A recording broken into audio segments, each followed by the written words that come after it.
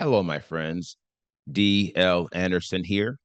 Welcome back to Transformation by Truth podcast as we share the truth concerning these last days and what you must do to save yourself from the violent times that are just ahead.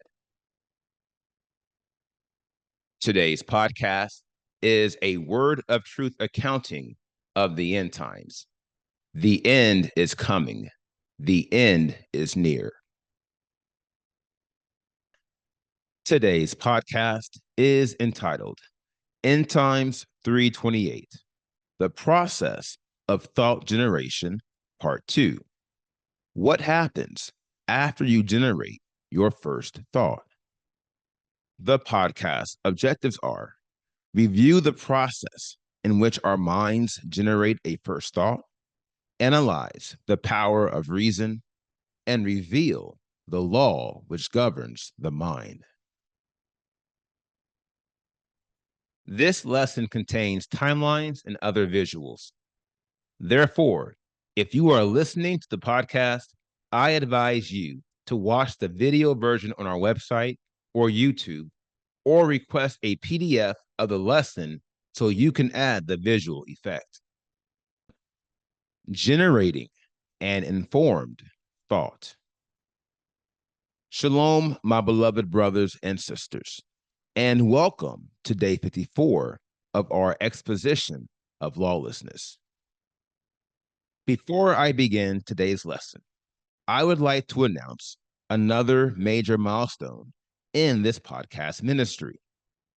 By the grace and favor of Elohim, today we are posting our 200th podcast over the past 2+ years. This may or may not seem like a major feat or milestone to some, but I would have you know that this podcast is only one facet of our ministry, and thus it is no small feat, and it is nothing that I could have done on my own.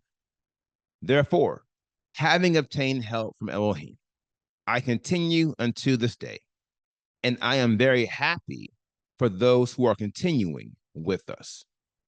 And I look forward to highlighting our next major milestone after we create podcast number 300. Now, in our most recent podcast, we analyzed our thought dimension using the diagram to the right. Specifically, we analyzed all the steps that go into generating an informed thought. In this podcast, we will analyze what happens in our minds after a first thought is generated. I will begin by providing a definition of a first thought. Your first thought is the first developed thought generated within your mind that can be traced back to the original stimuli. Per the image to the right, you can see how stimuli enter our left brain and our right brain.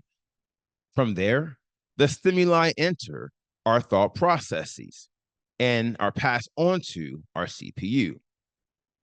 Next, the CPU uses said stimuli to generate impressions, which evolve into feelings, which are influenced by our experiences and our emotions. After which, our feelings yield our first thought, again, with specific regards to the stimuli that entered our thought dimension via our physical and spiritual senses. The one with a seat at the table. Now, it goes without saying that the evolution of stimuli into an informed thought is a very powerful and prominent occasion which reveals the meticulous yet often unappreciated wisdom of Elohim.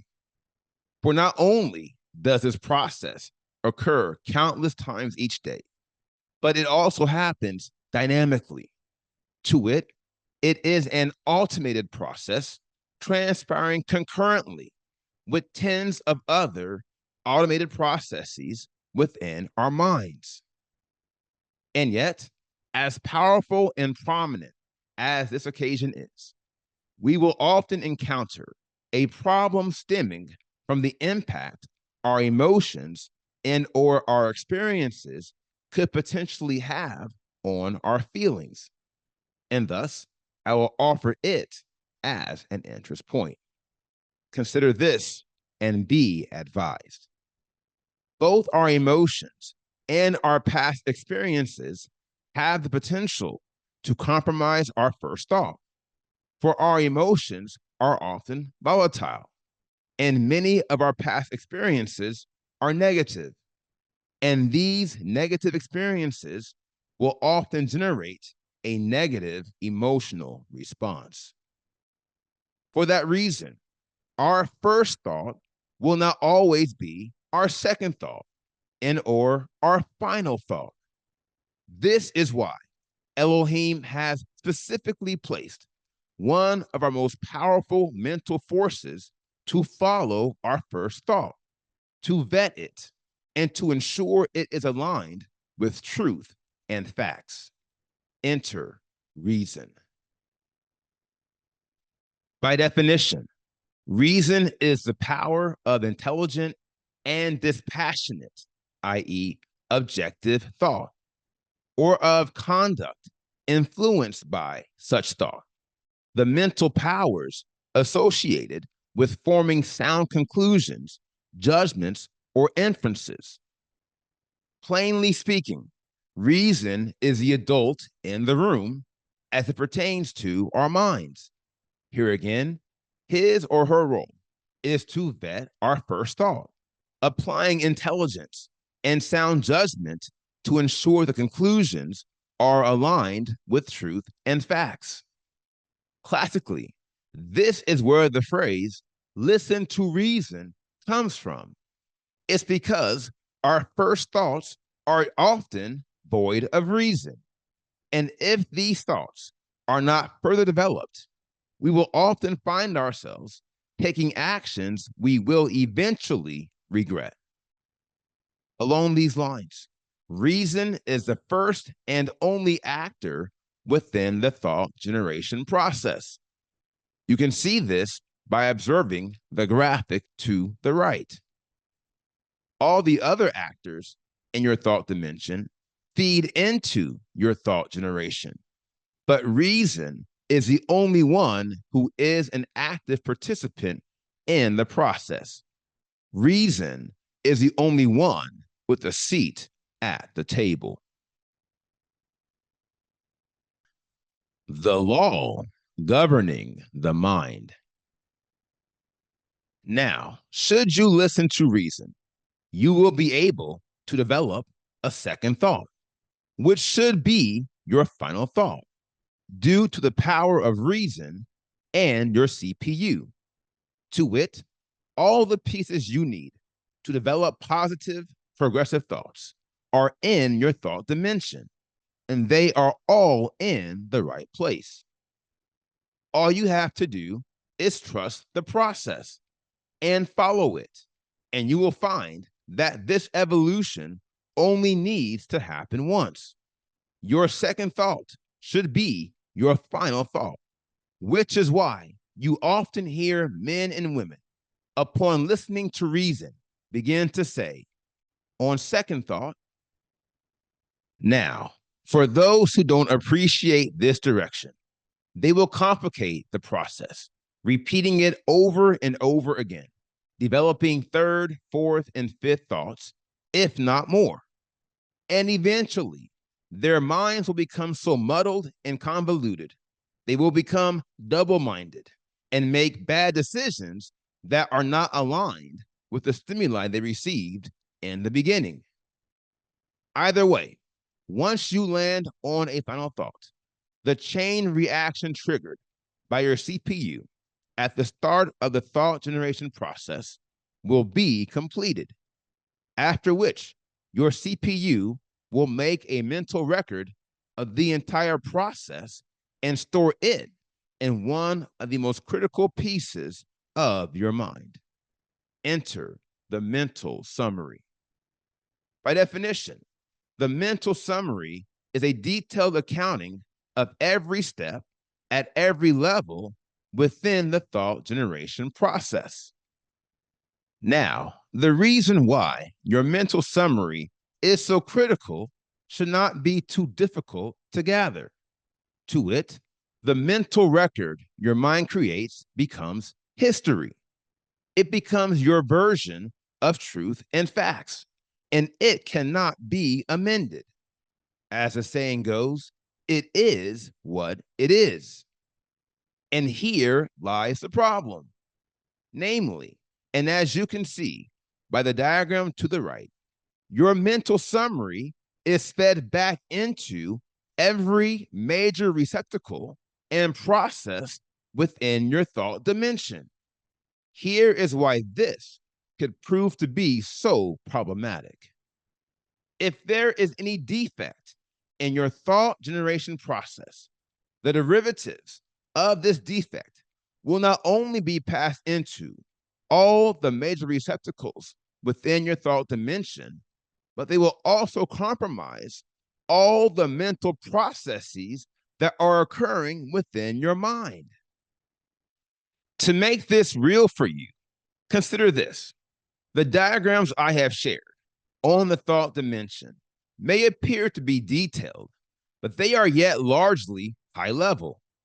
To wit, there are tens of processes, components, etc., within your thought dimension that I have not captured or discussed in these podcasts for the pure sake of time. And the sum of all these is captured within your mental summary. Therefore, whether your mental summary is accurate or defective, it is the final word of the sum of your thought processes. And that final word, my friends, becomes the law of your mind. And so, good or bad, for better or for worse, perfected or flawed, your mind and the entirety of your thought dimension is established and governed by this law. Now, here is the final word. The enemy ascended, and thus we fought and came to know the power of thought. This speaks to a declaration I made earlier in our lessons on doubt. To wit, the mind is the primary battlefield as it pertains to spiritual warfare. The reason why should be clear. It's because the one who controls the mind controls the thoughts, and the one who controls the thoughts controls the man. We know this because the mind feeds into the heart. Vis-a-vis, the thoughts within the mind are transferred into the heart, where they become intentions. These intentions then are forged into your will, and eventually they become actions. Ergo, we can trace every voluntary action we take to a thought originating within our minds. And thus, I'll say it again, and I hope you understand. Whoever controls the mind controls the thoughts, and whoever controls the thoughts controls the man.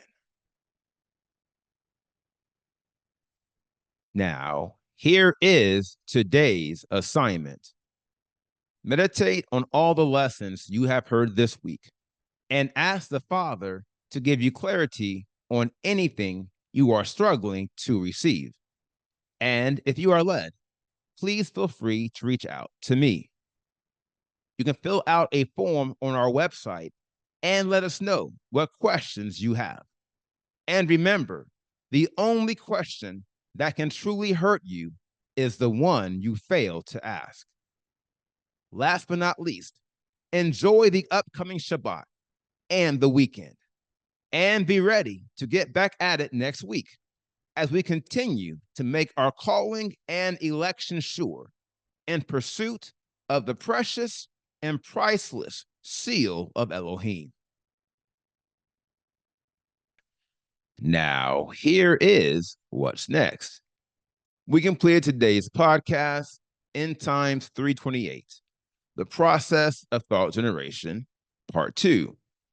And the next podcast is entitled End Times 329, The Process of Thought Generation, Part 3. I will post this podcast on Monday, August 26, 2024. Until then, my friends, continue to be led by the Spirit of Elohim. Continue to watch, continue to pray, continue in fasting, and most of all, continue to be focused, for the end is coming. The end is near.